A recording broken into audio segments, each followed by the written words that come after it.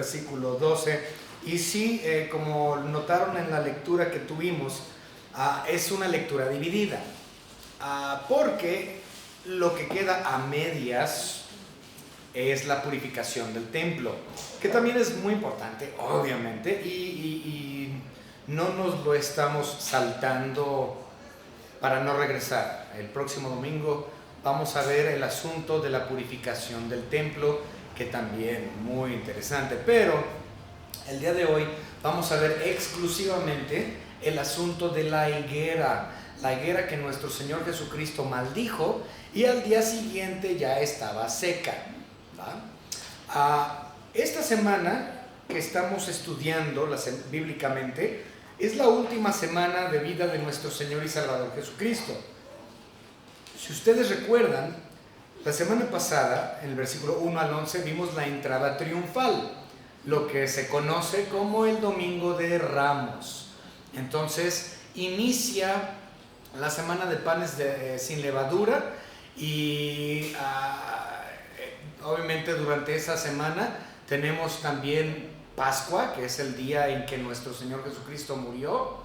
Y tenemos también primicias, que es la otra festividad que ocurre esa semana, que es el día en que nuestro Señor Jesucristo resucitó. Entonces, muchas cosas sucedieron en esta última semana de vida de nuestro Señor Jesucristo hasta su resurrección, un día domingo, 8 días después de la entrada triunfal, es decir, después del día de Ramos, Domingo de Ramos. Ahora, lo que vamos a estudiar este día es lo que sucedió lunes por la mañana y martes por la mañana, ¿okay? Entonces, Domingo de Ramos vimos la semana pasada. Hoy vamos a ver lo que sucedió lunes por la mañana y martes por la mañana, ¿okay? Entonces, nos vamos a brincar la sección, como ya mencionamos, de la purificación del templo, lo cual sucedió entre la mañana y mediodía aproximadamente. Entonces esa sección nos la vamos a saltar para retomarlo en 8 días. Nosotros también vimos la semana pasada que esta semana que Cristo Jesús, su última semana de vida, Él la vivió en Betania. Recuerden que Él se hospedó en la casa de Lázaro, Marta, María y obviamente Juan Marcos, el escritor de nuestra epístola que estamos estudiando. Entonces, Cristo Jesús se hospedó en casa de Lázaro, María, Marta y Juan Marcos, y todos los días Él estaba moviéndose o caminando, eran entre 2 y 3 kilómetros entre Betania y Jerusalén. Entonces, todos los días de esa semana Cristo Jesús iba a Betania, se dormía, y al día siguiente en la mañana iba a Jerusalén. Y ya se daba tarde, la noche, y regresaba a Betania, y al día siguiente iba a Jerusalén. Entonces, esto hizo toda la semana hasta su crucifixión. Cristo se estaba moviendo, trasladando entre Betania y Jerusalén toda la semana. ¿Okay? De hecho, la noche de la entrada triunfal, o la tarde de la entrada triunfal, entraron hasta el templo y después de haber mirado alrededor lo que estaba ocurriendo, Cristo Jesús se retira y regresa a Betania. Con esto vamos a empezar. Marcos 11:11. Dice, y entró Jesús en Jerusalén, esta es la tarde de la entrada triunfal, y en el templo. Y habiendo mirado alrededor todas las cosas, lo que estaba aconteciendo ahí en el templo, como ya anochecía, se fue a Betania con los 12. Entonces sale de Jerusalén, regresa a Betania, a casa de Lázaro, María, Marta y Juan Marcos. Se van a dormir y luego dice, ahora recuerden, el 11:11 es domingo por la noche, y luego dice 11:12 al día siguiente, es decir, lunes por la mañana. Una cosa que tengo que mostrar también, toda esta sección de la higuera, antes de empezar con una oración, toda esta sección de la higuera y la purificación de la iglesia como tal es una pronunciación de juicio contra Israel. Eso es una pronunciación de juicio contra Israel. Mucha gente lee estos 3-4 versículos de la higuera y no entienden por qué, y piensan que está hablando, que es una enseñanza de la oración, porque de los versículos 20 al 26 que ya leímos, Cristo Jesús habla de la oración. Entonces todo el mundo dice, tiene que ver con la oración, lo de la higuera. No, lo de la higuera no es una enseñanza de la oración como tal. Sí habla de la oración, pero ese no se trata el punto. Entonces la mayoría de las personas que leen el asunto de la higuera pierden totalmente el punto principal del asunto, que viene siendo un juicio pronunciado contra Israel y contra sus líderes religiosos. De hecho, esta sección de los juicios pronunciados empieza aquí en el 11:12 y termina hasta el capítulo 12, versículo 44. Entonces, del 11:12 hasta el 12:44, Cristo Jesús está pronunciando juicios contra Israel y contra sus líderes religiosos. Toda esa sección de eso trata, de una pronunciación de juicio por parte de Cristo hacia Israel y sus líderes. ¿Okay? De eso se trata. ¿Okay? Una cosa interesante es el único otro evangelio que muestra ambos eventos, la purificación del templo y la higuera, es Mateo. En Mateo 21 ustedes pueden observar que él habla de los dos eventos y los dos hablan de juicio, los dos hablan de juicio contra Israel. Entonces Mateo habla de los dos eventos y Marcos habla de los dos eventos. Juan no menciona para nada ninguno de los dos y Lucas nada más menciona la purificación de la iglesia. Lucas no menciona el asunto de la higuera, nada más menciona el otro, la purificación. Y nada más para que sepan, si ustedes leen Mateo 21, notarán que parece que los eventos están invertidos. Primero se ve la purificación de la iglesia, luego se ve la higuera. En el caso de Marcos, vemos la higuera primero, después la purificación del templo, ¿sí? Entonces, no es que Mateo haya hecho un error, no, Mateo simplemente lo acomoda en su escrito por cuestiones temáticos, mientras que Marcos es el único de los dos que lo hace de forma cronológica. Y de hecho hay más detalle por parte de Marcos que por parte de Mateo. Entonces nos vamos a mantener en Marcos, no vamos a ir a ver el sinóptico o su contraparte de Mateo. Vamos entonces a empezar con una oración. Padre, le damos gracias porque usted nos ha permitido estar aquí juntos para honrarle, glorificarle con nuestros cantos, con nuestras ofrendas, pero gracias, Señor, sobre todo por el privilegio que usted nos da de poder tener una Biblia en nuestras manos. Todos mis hermanos tienen un ejemplar de ella enfrente de ellos y pueden leerla en blanco y negro. Gracias, Señor, por la preservación de su bendita palabra a través de los milenios. Gracias, Señor, porque la tenemos, la podemos escudriñar, la podemos aprovechar. Y gracias por su Santo Espíritu que nos enseña, nos ilumina las verdades que hay en ella. Gracias, Señor, por su salvación preciosa, en el nombre de su Hijo, nuestro Señor y Salvador Jesucristo. Amén. Muy bien. Entonces, ahí va.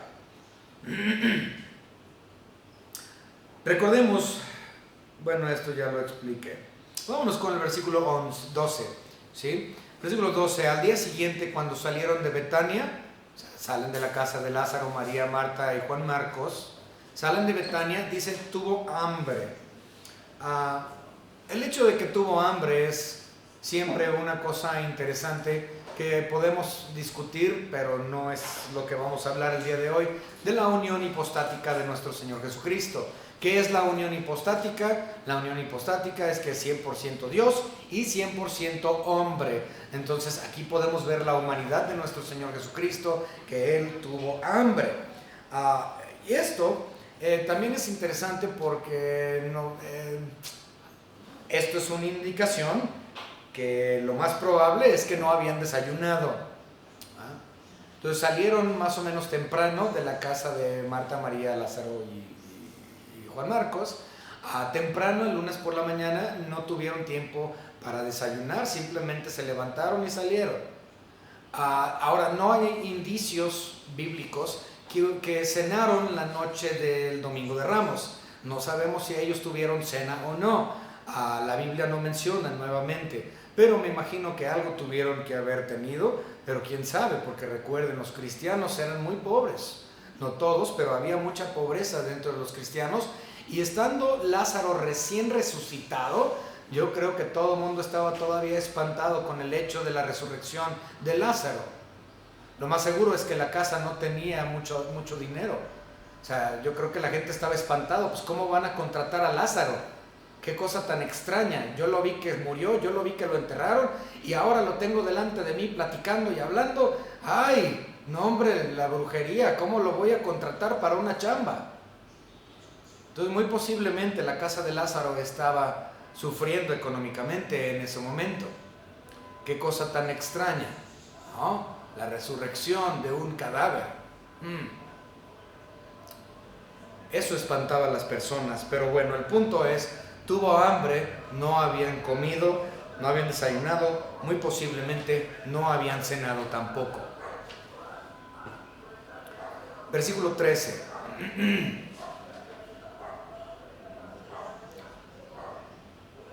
Y viendo de lejos una higuera que tenía hojas, fue a ver si tal vez hallaba en ella algo, pero cuando llegó a ella, nada halló sino hojas, pues no era tiempo de higos. En la trayectoria entre Betania y Jerusalén, Cristo encontró un higo, y aunque tenía hojas verdes, no llevaba fruto.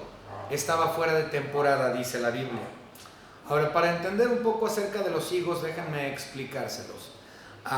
El fruto del higo, o el árbol del higo más bien, tiene una hoja verde, le salen hojas un poquito antes de que salgan los frutos. Entonces, más o menos al tiempo de la hoja, poquito tiempo después, sale el fruto. En los meses de marzo y abril es cuando usualmente empiezan a reverdecer los higos, entre marzo y abril. Y sabemos que ese es obviamente el tiempo de la Pascua. Hasta junio es que los higos realmente comienzan a dar fruto, en el mes de junio. Y por lo general, un higo te da 3 cosechas anuales. Una en junio, una en septiembre y una en diciembre. Pero el verdor de la hoja sale entre marzo y abril, indicando que hay la posibilidad de que haya dentro de ella algún fruto. Muchas personas son de la opinión, y están mal, argumentan, que Cristo Jesús entonces no sabía si había fruto o no en el higo, mostrando que Cristo Jesús no es omnisciente, porque Él no sabía y fue a revisar. Si hubiese sido omnisciente, entonces no hubiera necesidad de que Él fuese a ver si el árbol tenía fruto o no, porque Él ya hubiese sabido, ¿no? Ese es un argumento. Sin embargo, ese es un argumento totalmente falso. Nuestro Señor Jesucristo es, y siempre será, y siempre ha sido omnisciente. Él simplemente vio el higo y aprovechó el momento, sabiendo que Él tenía una lección muy importante para enseñarle a sus apóstoles acerca del juicio que vendría en contra de Israel. Ahora, ¿cómo sabemos que esto habla de Israel? ¿Cómo sabemos que este higo tiene algo que ver con Israel? Es una planta, es un higo. Bueno, en el Antiguo Testamento y también en el Nuevo, pero mayormente en el Antiguo Testamento, la nación de Israel se le identifica con 2 árboles. Bueno, de hecho, 3 para ser precisos. Israel siempre se identifica con una viña. Ese es uno de los árboles, o no sé si es árbol o pues es una viña. ¿Okay? Siempre se identifica Israel con la viña. Israel también en el Antiguo Testamento se identifica con otra planta, otro árbol, que es el olivo. Israel siempre se identifica con el olivo. Pero también Israel se identifica en el Antiguo Testamento como la higuera. Entonces, el higo es como tal un representante de la nación de Israel. Vamos a ver algunos versículos que vemos la referencia del higo como Israel. Vamos rápidamente a Jeremías.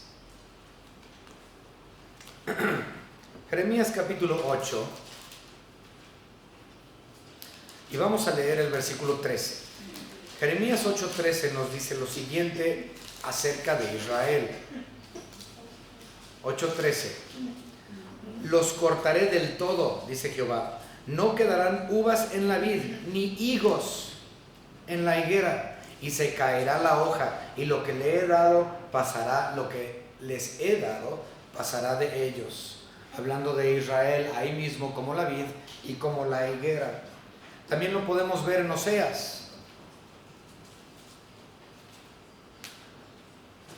Vamos rápidamente a Oseas, capítulo 9 y versículo 10. Ahora, aquí vamos a ver dos versículos. Oseas 9:10 dice lo siguiente: y no obedecimos a la voz de Jehová nuestro Dios para andar en sus leyes que Él puso delante de nosotros por medio de sus siervos los profetas. Entonces, obviamente está hablando ahí de Israel. Ahora, observen el versículo 16. Oh Señor, conforme a todos tus actos de justicia, apártese ahora tu ira y tu furor de sobre tu ciudad, Jerusalén, tu santo monte, porque a causa de nuestros pecados y por la maldad de nuestros padres, Jerusalén y tu pueblo son el oprobio de todo. No, ¿dónde está? Estoy en Daniel. Perdón. Estoy en Daniel, por eso yo dije, ¿qué está pasando? Disculpen. Oseas 9:10. Ok, ahora sí, híjole. Perdón, ahora sí, híjole. Como, versículo 10, 9:10. Como uvas en el desierto, hallé a Israel. Como la fruta temprano de la higuera en su principio vi a vuestros padres. Ellos acudieron a Baal peor, se apartaron para vergüenza, etc.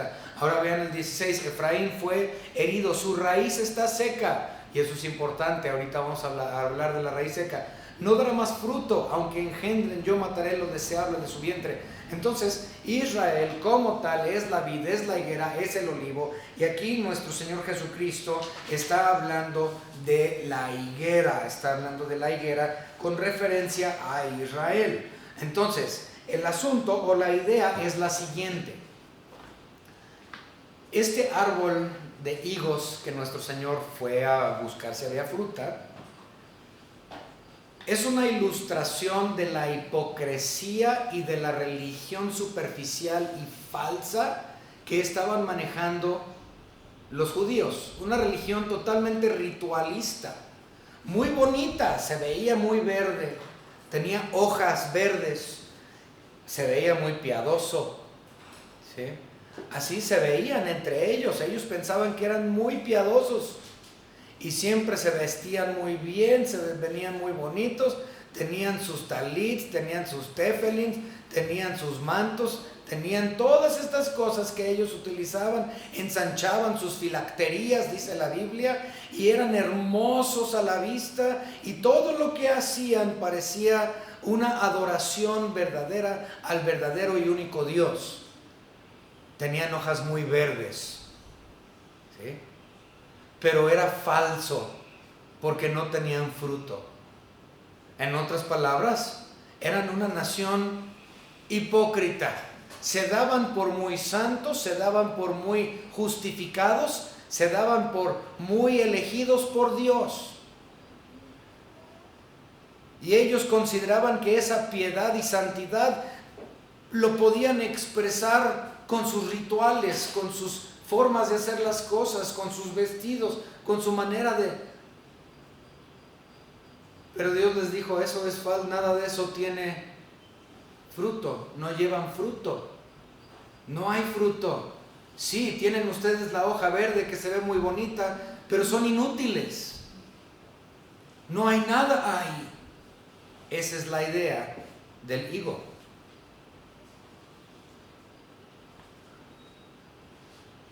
Ritualismo que aparenta piedad.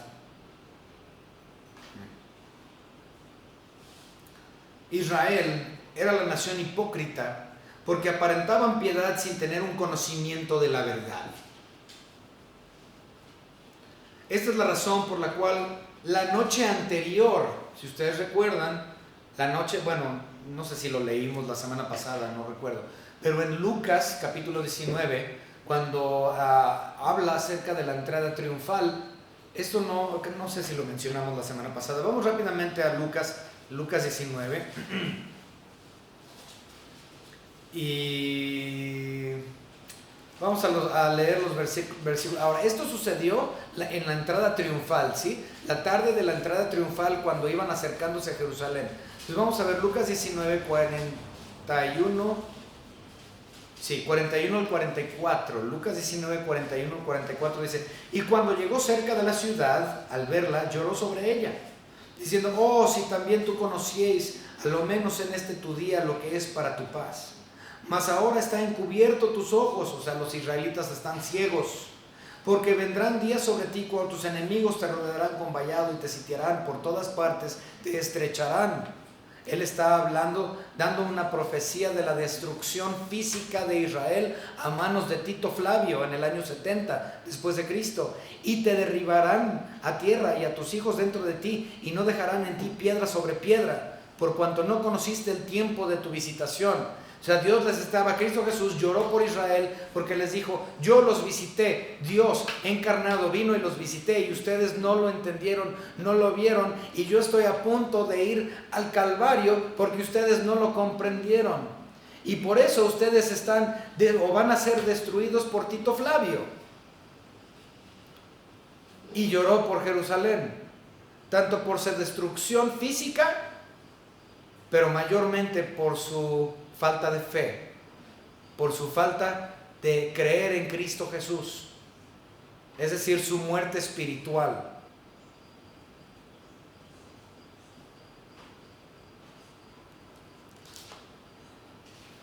Marcos 11, 14. Entonces Jesús dijo a la higuera: nunca jamás coma nadie fruto de ti. Y lo oyeron sus discípulos. Cristo maldice a la higuera diciendo que nunca más nadie comería de ella, nunca tendría fruto. Pero en el caso de Israel, Israel un día dará fruto. Un tiempo futuro dará fruto. Ahorita Israel no cree. Muy pocos judíos creen en Cristo como su único y propio Salvador. Ellos algunos se denominan judíos mesiánicos. Ellos se denominan judíos completos, ¿sí? Entonces depende, algunos se llaman mesiánicos, otros se llaman completos, pero estos son los judíos que han creído en Cristo como Salvador, y son pocos realmente. Como nación, Israel no ha creído. Siguen ritualistas, siguen inútiles, pero un día ellos van a creer en Cristo como su único y propio Salvador, como nación. Y cuando eso suceda, Israel dará fruto en ese momento.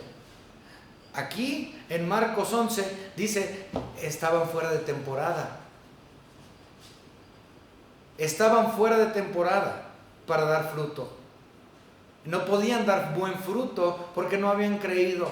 Pero en un tiempo futuro, cuando pongan su fe en la persona de Cristo Jesús y ya no tengan obstáculos que los cieguen y que les tapen sus ojos, Israel va a evangelizar y va a dar el evangelio, las buenas nuevas de nuestro Señor y Salvador Jesucristo, y muchos van a ser salvos por boca y testimonio de los judíos. Esto va a acontecer en un tiempo muy específico. Estamos hablando que Israel va a ser salvo durante los 7 años de la tribulación. Y va a ser durante esa misma etapa de los 7 años de tribulación que Israel predicará. Y tendrán por primera vez en milenios verdadero fruto, evidencia de una verdadera salvación. Vamos a ver un par de versículos, Romanos 11. Vamos a ver qué dice Pablo tocante a los judíos. Romanos 11. Vamos a leer el versículo 26 únicamente. Bueno, pueden leer el contexto, pero vámonos a Romanos 11, 26.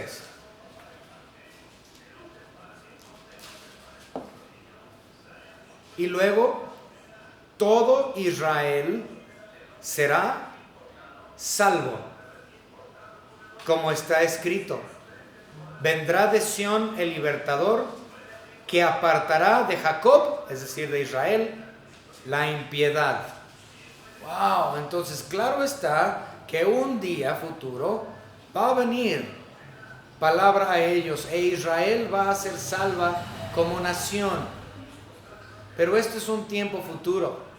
Dios no ha terminado con Israel. Ellos siguen con una religión superficial, incompleta, ritualista, porque no han creído con fe. Nada más tienen las hojas verdes, pero no llevan un fruto.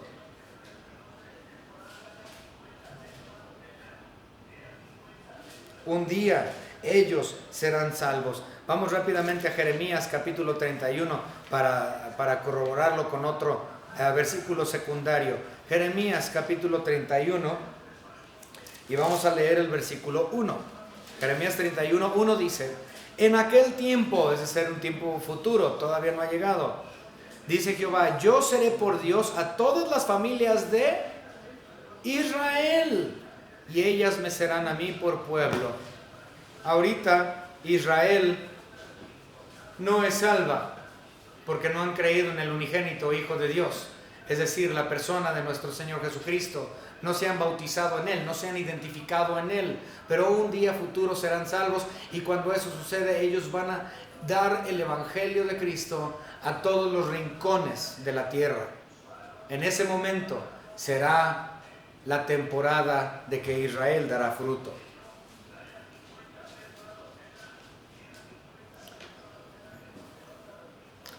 Regresemos a nuestra lectura. Romanos 11, ya leímos el 14. Vámonos al 20.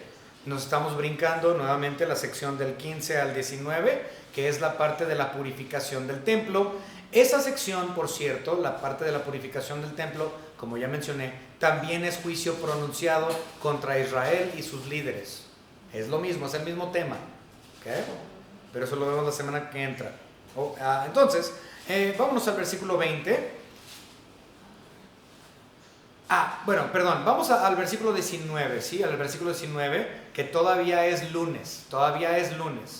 Pero dice: al llegar la noche, Jesús salió de la ciudad. ¿Dónde estaba? En Jerusalén. ¿Salió de la ciudad? Sí. ¿A dónde se fue? A Betania. Recuerden, Betania, Jerusalén, Betania, Jerusalén. Entonces, el lunes por la noche, ahí menciona el 19, él sale de la ciudad y regresa otra vez a Betania, y nos pone en el versículo 20, y el versículo 20 es martes por la mañana. Última semana de vida de nuestro Señor Jesucristo, este es el martes por la mañana. Y pasando por la mañana del día martes, vieron que la higuera se había secado desde las raíces. Ellos recorrieron el mismo camino para regresar otra vez al templo el martes por la mañana que habían recorrido el lunes. ¿Sí? El mismo camino, van por donde mismo. En esta ocasión los apóstoles ven que se secó la higuera desde las raíces. Entonces Pedro, acordándose, dijo: maestro, mira la higuera que maldijiste, se ha secado. ¿Okay? Estaban atónitos, vamos a ver otro milagro de nuestro Señor Jesucristo, la muerte de esta planta. Quiero nada más hacer una mención interesante. Esta es la única otra vez, nada más hay 2 ocasiones donde nuestro Señor Jesucristo destruye su creación. ¿Okay? Nada más en 2 ocasiones vemos que Dios destruye su creación. Esta es la segunda vez que Él destruye una higuera. ¿Okay? La primera vez que vemos la destrucción de algo que Dios creó, obviamente, fue los cerdos que entraron los demonios en ellos y terminaron echándose al mar y se ahogaron. Entonces, esa ocasión y esta es la ocasión, son los únicos 2 donde vemos que nuestro Señor Jesucristo destruye algo de su creación.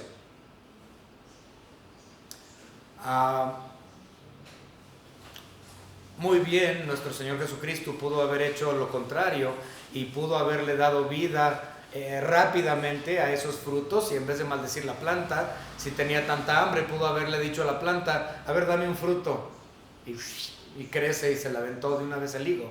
Él pudo haberlo restaurado, pero no lo restauró, lo maldijo y lo mató. porque el punto era dar una ilustración del juicio en contra de Israel, y que Israel sería seco desde la raíz. De hecho, 3 años antes, si ustedes recuerdan, 3 años antes de este evento, sucedió un mensaje, o se dio un mensaje por voz de Juan el Bautista. Juan el Bautista habló acerca de ponerle hacha a la raíz. ¿Sí? No sé si ustedes lo recuerden. Vamos a buscarlo rápidamente. Ese está en Mateo.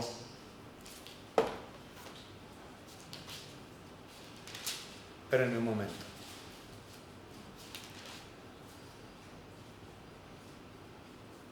Ok, Mateo 3. Mateo 3:10.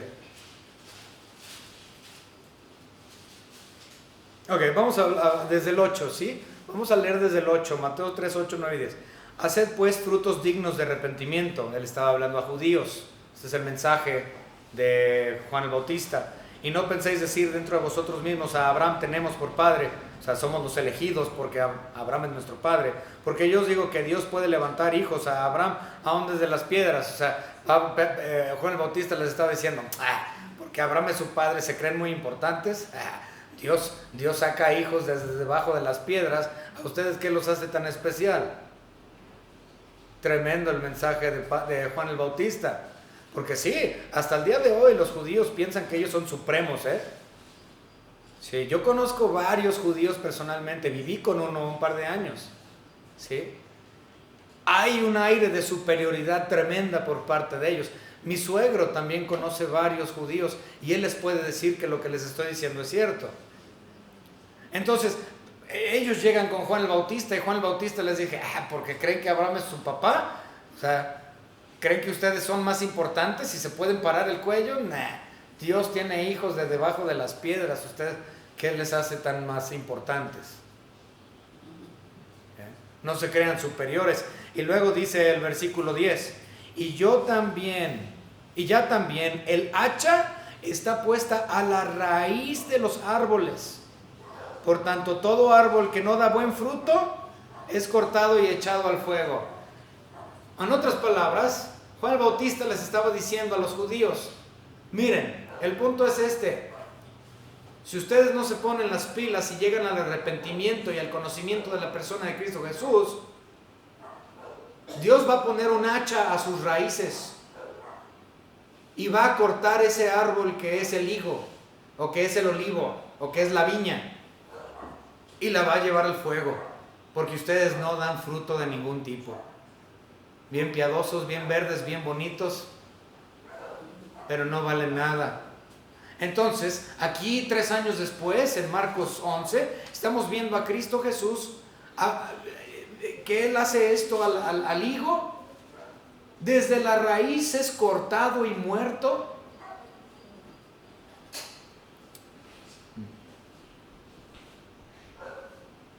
Cuando un grupo o un individuo practica una religión ritualista, pero sin conocimiento de la verdad, es decir, sin el conocimiento de la salvación en Cristo Jesús, entonces muestra su incredulidad, muestra su muerte espiritual, una vida vacía, ya que tienen obras sin fe, en vez de fe, o en vez de obras que demuestran que ya ha sido justificado.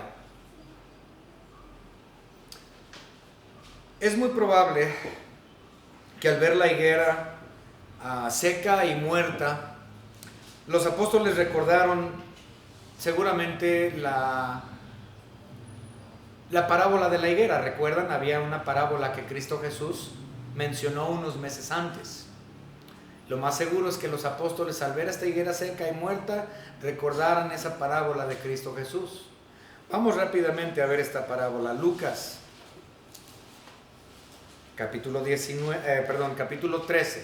Lucas capítulo 13, versículos 6 al 9. Yo creo que los apóstoles se acordaron de esta parábola. Lucas 13, 6 al 9. Digo también esta parábola: tenía un hombre una higuera plantada en su viña, y vino a buscar fruto en ella, y no la halló. Y dijo al viñador: aquí hace 3 años que vengo a buscar fruto en esta higuera, y no la hallo. Córtala. ¿Para qué inutiliza también la tierra? Él entonces respondió, le dijo: Señor, déjala todavía este año, hasta que yo cabe alrededor de ella y la abone. Y si diere fruto, bien, y si no, la cortarás después. ¿Saben de qué trata esa parábola? Esa parábola también trata de Israel. Y el viñador dice: mira, no la cortes en este momento, déjala 1 año más. Y si en 1 año más esta no crece, no da fruto, ¿sabes? Córtala. Y ponemos otra planta, ponemos otro árbol.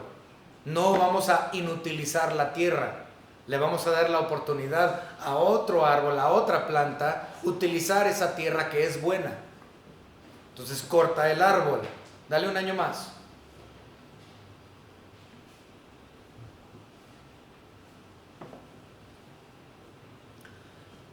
¿Saben cuánto tiempo hay entre Hechos capítulo 1 y la salvación de Cornelio? Recuerden, Cornelio fue el primer gentil que recibió a Cristo en el tiempo de la iglesia. Él es el primer gentil salvo en la edad de la iglesia. Entonces, ¿saben cuánto tiempo es entre Hechos capítulo 2 o 1, vamos, el inicio de la iglesia, después de la ascensión de Cristo? ¿Saben cuánto tiempo es de ahí a Cornelio? 1 año. Cristo le dijo a la higuera, al viñero: no la cortes todavía, dale 1 año. Y después de 1 año, córtala y dale la oportunidad a otra planta. Ok. En el caso de la iglesia, después de la ascensión de nuestro Señor y Salvador Jesucristo, los apóstoles y todos seguían trabajando arduamente con los judíos por un lapso de 1 año aproximadamente. Después de eso, ya no se preocuparon por Israel y empezaron a preocuparse por otra planta que sí diera fruto. El evangelio se extendió entonces a los gentiles.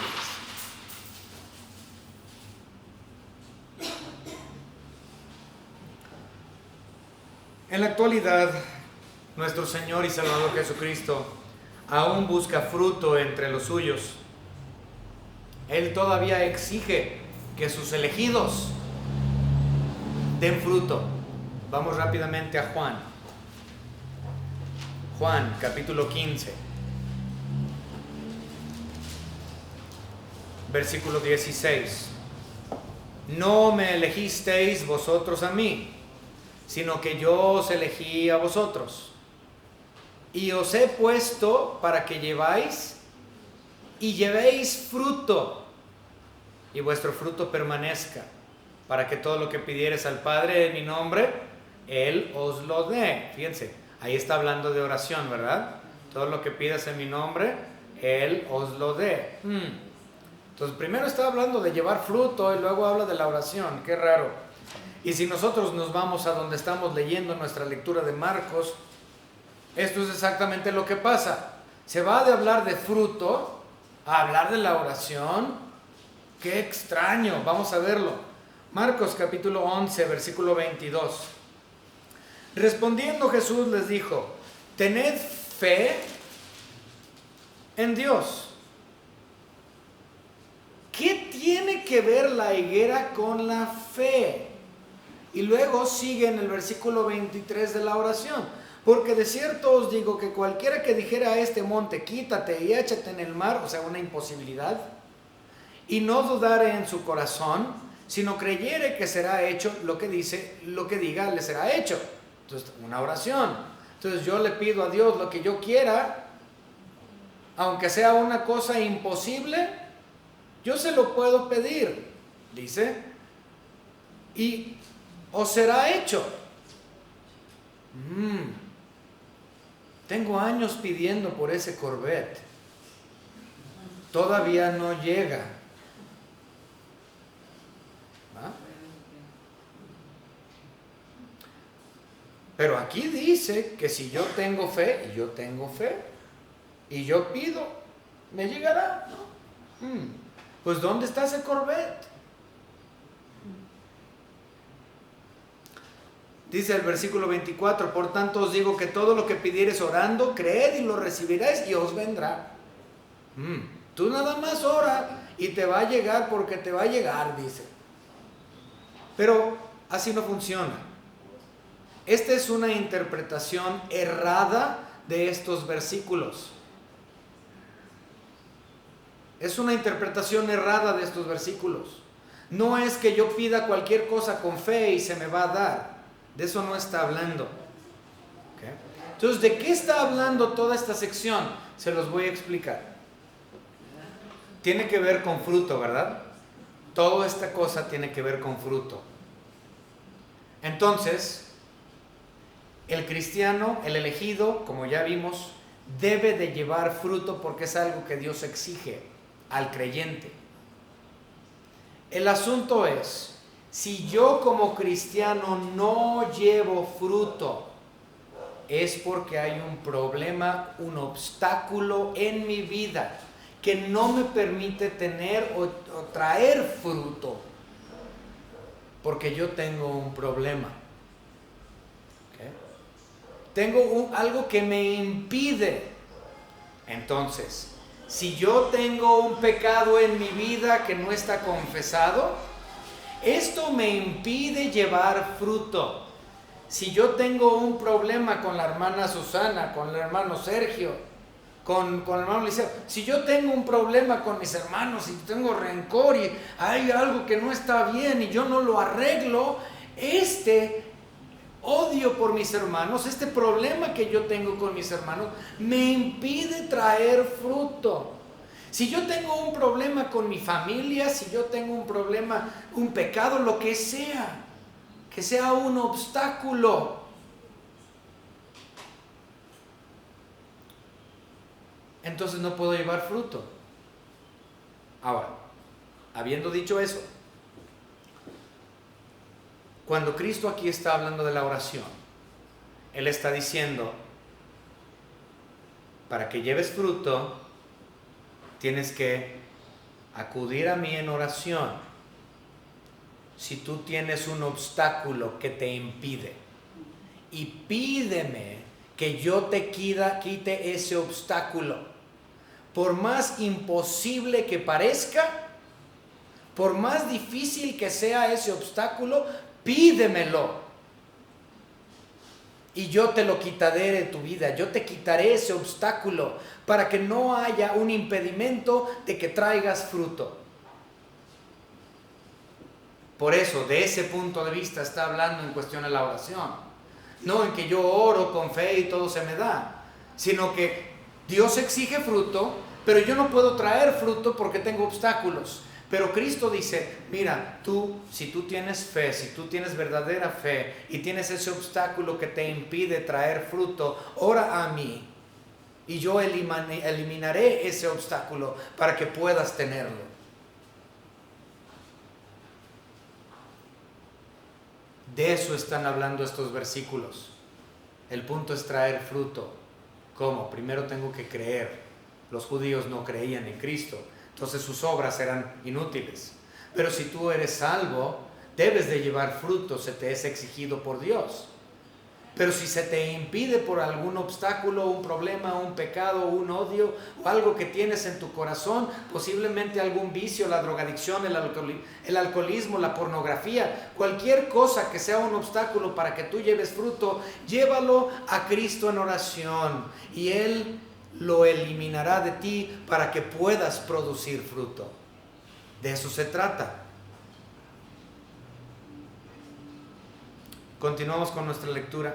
Por tanto os digo que todo lo que pidéis orando, creed en lo que recibís y os vendrá. Y cuando estéis orando, perdonad. O sea, perdona. Si tienes algo contra alguno, para que también vuestro Padre que está en los cielos os perdone a vosotros vuestras ofensas. Porque si vosotros no perdonáis, tampoco vuestro Padre que está en los cielos os perdonará vuestras ofensas. Hace unos años nosotros tuvimos una persona, ustedes no saben quién es, pero tuvimos una persona que me dijo: mi papá me violaba desde los 3 años hasta los 24 cuando me casé. Y esta mujer me dijo: y yo odio a mi papá, odio a mi papá, le tengo un rencor a él, lo odio desde lo más profundo de mi ser. Y le dije: mira, mientras tú no sepas perdonar a tu padre por lo que te hizo, nunca vas a poder avanzar como cristiana, nunca vas a poder tener fruto, nunca vas a poder salir del agujero donde estás, porque no sabes perdonar. Y dice: es que pastor, es imposible que yo perdone a mi padre que me violó desde los 3 años hasta los 23. ¿Cómo puedo yo perdonarlo? Aquí dice Cristo Jesús a que esas cosas que parecen imposibles, como esa montaña, vete para allá. Algo imposible para nosotros como perdonar un acto de violación como ese, para Dios no es imposible. Y si esta persona hubiese aprendido a perdonar, y nunca perdonó a su padre, si esta persona hubiese aprendido a perdonar como Dios la perdonó a ella, su vida hubiese sido distinta, y puede serlo aún. Pero hay obstáculos en su vida que impide que ella tenga fruto. Pero ella tampoco está dispuesta a pedírselo a Dios. Ella quiere seguir odiando a su padre. Ella no quiere perdonar a su padre. No tiene ella el deseo de pedirle, igual con un drogadicto: Señor, por favor, no puedo dejar la droga, no puedo dejarla, no puedo dejarla. Y se les hace una montaña enorme dejar la drogadicción. Si para ti es imposible, para mí no lo es. Pídemelo, pídemelo, y yo voy a quitar esos obstáculos para que tú puedas tener fruto. Y que tu vida no sea una vida de hipocresía como la de los judíos, que tienen apariencia de piedad, tienen ese verdor, pero todo es ritualista porque no creen. Pero tú pon fe y cree y da fruto. Y si no puedes porque hay un obstáculo, elimínalo por medio de Cristo Jesús. Pídeselo y Él se lo quitará. Ese es el punto de la higuera seca.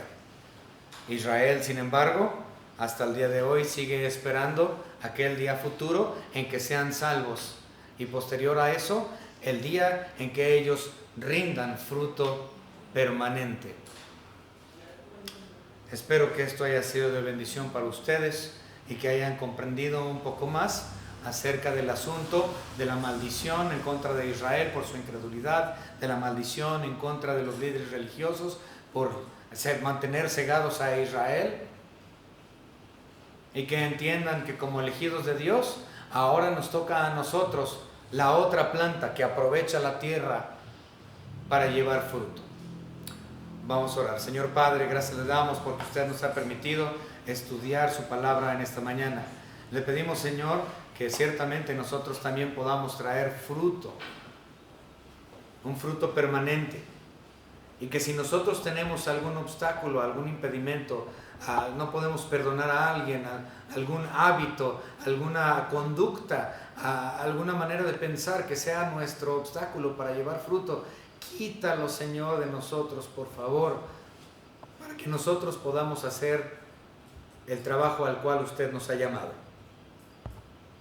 En el nombre de nuestro Señor y Salvador Jesucristo, nuestro Señor y Dios, le agradecemos por todo. Amén.